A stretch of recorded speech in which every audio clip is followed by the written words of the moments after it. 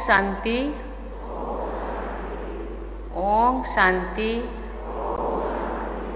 ओम शांति।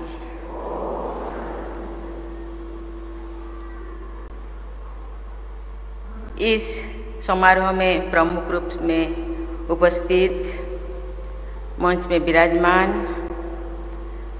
राज्य सरकार के मंत्री श्री बी.डी. कल्लाद जी, ब्रह्मा कुमारी संस्था के अतिरिक्त महासचिव राज्यगी ब्रजमोहन भाई जी, ब्रह्मा कुमारी संस्था की संयुक्त मुख्य प्रशासिका राज्यगिनी मुनि बहन जी, राज्यगी मृत्युंजय भाई जी, राज्यगिनी सुषमा बहन जी, राज्यगी करुणा भाई जी, ब्रह्मा कुमारी राज्यगी ब्रजमोहन भाई जी, ब्रह्मा कुमारी परिवार के सभी राज्यगी भाइयों और बहनों, देवियों और सज्जनों, पहले नया साल 2023 की बहुत बहुत बधाई, बहुत बहुत शुभकामनाएं। पहले वर्ष सितंबर में मेरा यहाँ आने का कार्यक्रम था, लेकिन अपरिहार्य कारणवश उस समय में आप सबके बीच उपस्थित नहीं हो सकी। इसलिए आज आप सबके बीच आकर मुझे अत्यंत प्रसन्नता हो रही है।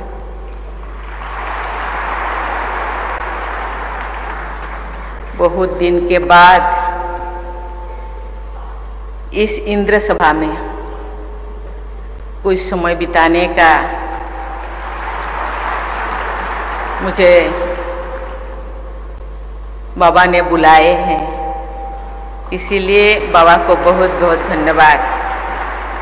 कहा जाता है समय से पहले भाग्य से ज्यादा कुछ नहीं होने वाला है, इसीलिए शायद आज मेरे लिए ये समय है आपके साथ कुछ क्षण बिताने के लिए। आनंदमय और सफल बना सकते हैं। मुझे दूसरे आज़ादी के अमृत महोत्सव के तहत ब्रह्मा कुमारी संस्थान द्वारा शुरू किए जा रहे राष्ट्रव्यापी अभियान rising India through spiritual empowerment का शुभारंभ करने का अवसर मिलना मेरे लिए सौभाग्य की बात है। इस अभियान का उद्देश्य लोगों में जागरूकता बढ़ाना और उन्हें ये समझने में मदद करना कि आध्यात्मिक सशक्तिकरण के माध्यम से कैसे वे अपने जीवन को शांतिपूर्ण, आनंदमय और सफल बना सकते हैं।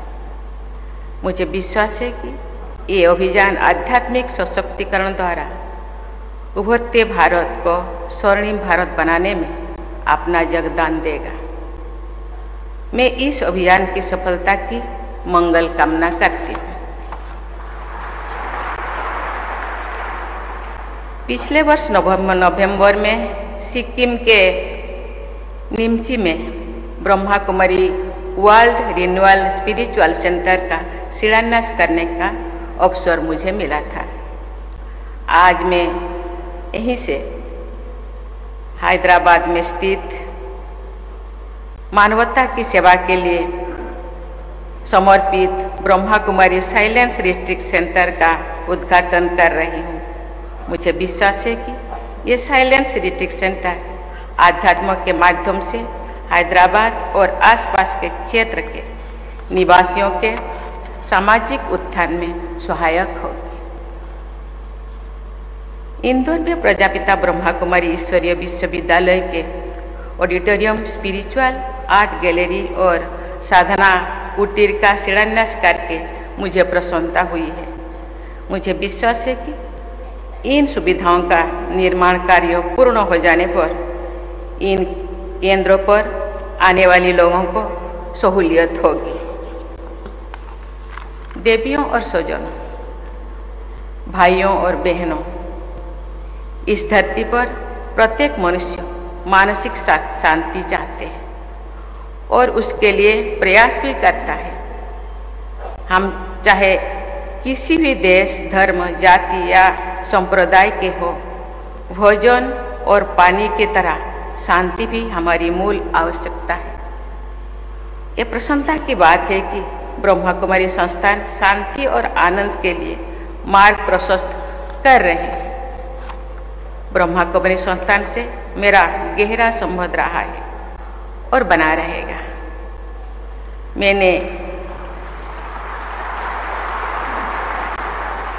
इस संस्थान में राज्य की पद्धति सीखी, बाहरी भौतिक सुविधाओं और घटनाओं के स्थान पर आंतरिक आध्यात्मिक शक्ति को महत्व देने वाली इस पद्धति ने मेरे जीवन में उस समय प्रकाश व उत्साह का संचार किया जो मुझे अंधकार और निराशा का अनुभव हो रहा था।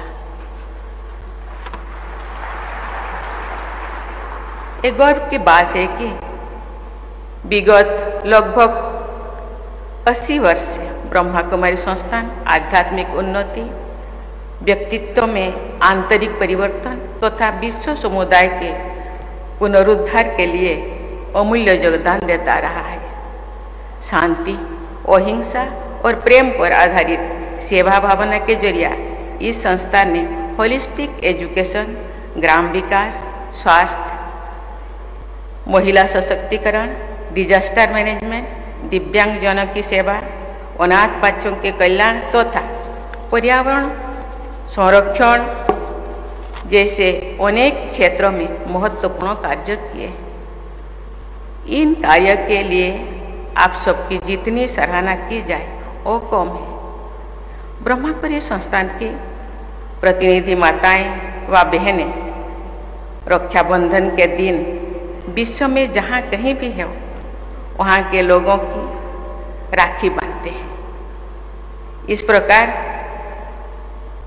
ब्रह्मा कुमारी विश्व समुदाय के अनेक लोगों को प्रेम का अटूट बंधन ने बांधते हैं। ऐसे प्रयासों का भी विश्व शांति के प्रसार पर सार्थक प्रयास है। मुझे बताया गया है कि आज ये संस्थान 137 देशों में लगभग 5000 ध्यान केंद्र का संचालन करने के साथ साथ अन्य क्षेत्रों में भी मानवता की सेवा कर रहे हैं। इस संस्थान के संचालन में महिलाओं की अग्रणी भूमिका होती है और स्पिरिचुअल ब्रदर्स इस कार्य में सहायक करते हैं। ये संस्थान महिलाओं द्वारा चलाया जाने वाला विश्व का सबसे बड़ा आध्यात्मिक संस्थान है।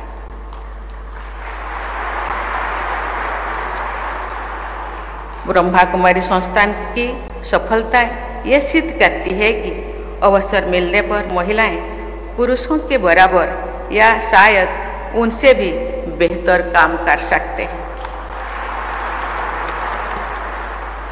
परम पूज्य पिता श्री ब्रह्मा बाबा ने जिस सोच के साथ महिलाओं को अग्रणी भूमिका दी, उसी सोच की ओर अधिक आवश्यकता आज के विश्व समुदाय को है।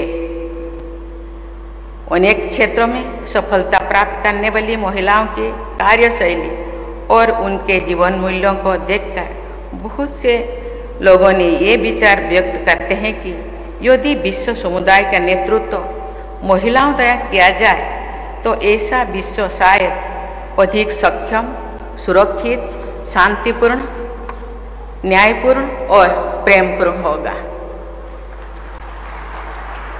मुझे इस बात की प्रसन्नता है कि ब्रह्मा कुमारी संस्थान ने महिलाओं के सशक्तिकरण तथा उनकी उन्नति में सक्रिय भूमिका निभाई है। ब्रह्मा बाबा का मानना है कि महिलाओं के आध्यात्मिक, सामाजिक और बौद्धिक सशक्तिकरण में ही विश्व का समग्र विकास निहित है। भाइयों और बहनों, मेरा मानना है कि आध्यात्म ही वो प्रकाश पुंज है जो पूरी मानवता को सही राह दिखा सकते हैं। अमृत काल में सन 2047 के स्वर्णिम भारत की ओर आगे बढ़ते हुए हमारे देश को विश्व शांति के लिए विज्ञान और अध्यात्म दोनों का उपयोग करना होगा। हमारा लक्ष्य है कि भारत एक नॉलेज सुपर पावर बने। हमारी आकांक्षा है कि इस नॉलेज का उपयोग सस्टेनेबल डेवलप के लिए हो, सामाजिक सौहार्द के लिए हो, महिलाओं तथा वंचित वर्गों के उत्थान के लिए हो, युवाओं की ऊर्जा के समुचित उपयोग के लिए हो तथा विश्व में स्थायी शांति की स्थापना के लिए हो। भारत इस वर्ष G20 की अध्यक्षता कर रहा है, जिसका थीम है वसुधैव कुटुंबकम, यानी one earth, one family, one future. हमारे देश ने कोरोना की वैश्विक महामारी का सामना करने में भी अनेक देशों की मदद की। इस प्रकार की सेवा और सहायता द्वारा भारत ने विश्व बंधुत्व का प्रभावी उदाहरण प्रस्तुत किया है। विश्व कल्याण का यही भावना गीता में स्थान स्थान पर दिखाई देता है। एक अध्यात्म में, एक अध्याय में भारत में जो युद्ध क्षेत्र में भगवान श्री कृष्ण ने अपने प्रिय भक्तों के लक्षण जब समझाते थे, भगवान कहते हैं कि उन्हें ऐसे भक्त सर्वाधिक प्रिय लगते हैं जो सर्वभूत हिते रहता है, अर्थात सभी प्राणियों के हित में निरंतर कार्यरत रहते हैं। भाइयों और बहनों, आज हमारे सामने जलवायु परिवर्तन के कारण अस्तित्व का खतरा मंडरा रहा है। कोविड-19 महामारी ने भी जलवायु परिवर्तन के व्यापक प्रभावों का उजागर किया है। पर्यावरण का संरक्षण भी एक तरह से आध्यात्मिक सशक्तिकरण ही है, क्योंकि स्वच्छ और स्वस्थ वातावरण हमें शांति प्रदान करते हैं। पर्यावरण और अध्यात्मों का ये परस्पर संबंध हमारे लिए नई बात नहीं है। हम सदियों से पेड़ों, पहाड़ों और नदियों की बनने का लक्ष्य तय किया है। भारत ने ग्रीन ग्रिड इनिशिएटिव, वन सन, वन वर्ल्ड, वन ग्रिड की पहल भी की है। पर्यावरण संरक्षण से जुड़ी इन संकल्पों ने हमारे देश को अग्रणी और संवेदनशील राष्ट्र के रूप में प्रतिष्ठा प्रदान की है। भाइयों और बहनों, युद्धों और कलह के वातावरण में विश्व समुदाय समाधान के लिए भारत की ओर देख रहा है। अनिश्चितता के इस दौर में अपने राष्ट्रीय हितों की रक्षा करने के साथ साथ भारत विश्व में शांति के अग्रदूत की भूमिका भी निभा रहा है। अपनी संस्कृति और परंपरा के अनुरूप हमारे देश अध्यात्म व नैतिकता पर आधारित विश्व व्यवस्था के निर्माण हेतु सक्रिय है। भगवान बुद्ध, भगवान महावीर, आदि शंकराचार्य, गुरु नानक देव, संत कबीर और महात्मा गांधी की शिक्षाओं ने पूरी विश्व को प्रभावित किया है। ओम शांति का मंत्र अधिकांश भारतवासियों के जीवन का हिस्सा रहा है। आदिकाल से ही हम भारतवासी जल, थल, आकाश, वनस्पति आदि सहित सर्वत्र शांति की प्रार्थना करते रहे। दया और करुणा ही भावना भारतवासियों की जीवन मूल्यों में शामिल रही है। भाई और बहनों, मेरी मंगल कामना है कि माउंट आबू से शुरू हुआ ये राइज अभियान सभी देशवासियों को आध्यात्मिक रूप से सशक्त बनाने हुए भारत को भी एक सशक्त राष्ट्र बनाने में अपना योगदान दें तथा पूरी मानवता के कल्याण को संबल प्रदान करें। राजयोगी ब्रजमोहन भाई जी ने बहुत बड़ी बात कही। मैं ब्रह्मा बाबा को नमन करती हूँ और धन्यवाद देती हूँ कि महिलाओं को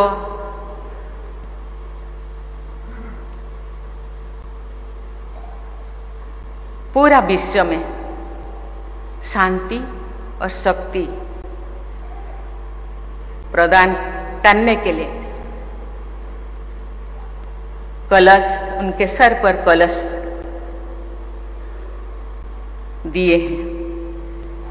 आज इस संस्थान द्वारा पूरे विश्व में माउंट आबू से जाकर के बहनें लोगों को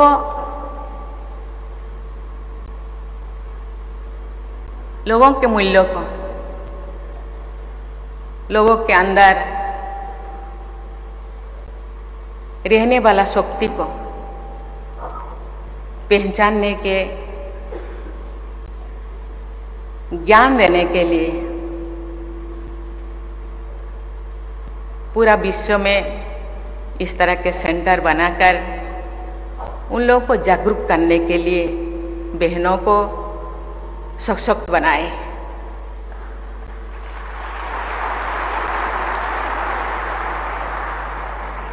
आज मैं समझती हूं देश में जो भी बेटियों के ऊपर, बहनों के ऊपर जो भी ऐसे घटनाएं घटित हो रहे हैं, मुझे लगता है बहनें ही ऐसे शक्ति बनकर आगे आएंगे और लोगों के अंदर जो स्वतः गुण है उसको जागरूक करेंगे। स्नेह, प्रेम, शांति, आत्मीयता, मुझे लगता है उनके अंदर जो विकार है उसको समाप्त करने में बहनों का जो प्रयास, उनका जो शुभ भावना, आज ये बहनें मुझे लगता है 10 या 60 के 70 लाख तो हो गए हैं। ऐसे ऐसे सेंटर आज गांव-गांव में हो रहा है। मुझे लगता है उनका सकाश, उनका शुभ भावना लोगों के मन में जो विकार है वो समाप्त करेगा और एक ना एक दिन सरकार अपने तरफ से, गवर्नमेंट अपने तरफ से प्रयास कर रहे हैं, लेकिन एक आध्यात्मिक संस्था के रूप में आज केवल ब्रह्मा कुमारी नहीं, बहुत सारे ऐसे संस्थाएं हैं इस दिशा में आगे बढ़ रहे हैं। मुझे लगता है ये वो दिन ज्यादा दूर नहीं, आहिस्ते आहिस्ते लोगों के मन में आध्यात्मिक भाग जागृत हो रहा है। पुराण महाभारत कहीं पे भी हम देखें ऐसे घटनाएं घटित हो रहा था। मुझे लगता है अभी ये कलियुग है, ज्यादा ही हो रहा है। कलियुग का मानसिकता को खत्म करना होगा और सत्य युग को आह्वान करना होगा और इसीलिए हम लोग सबको प्रयास करना होगा और मन में सद्गुण को हम अपनाना होगा और आगे बढ़ना होगा। थैंक यू, धन्यवाद, जय हिंद,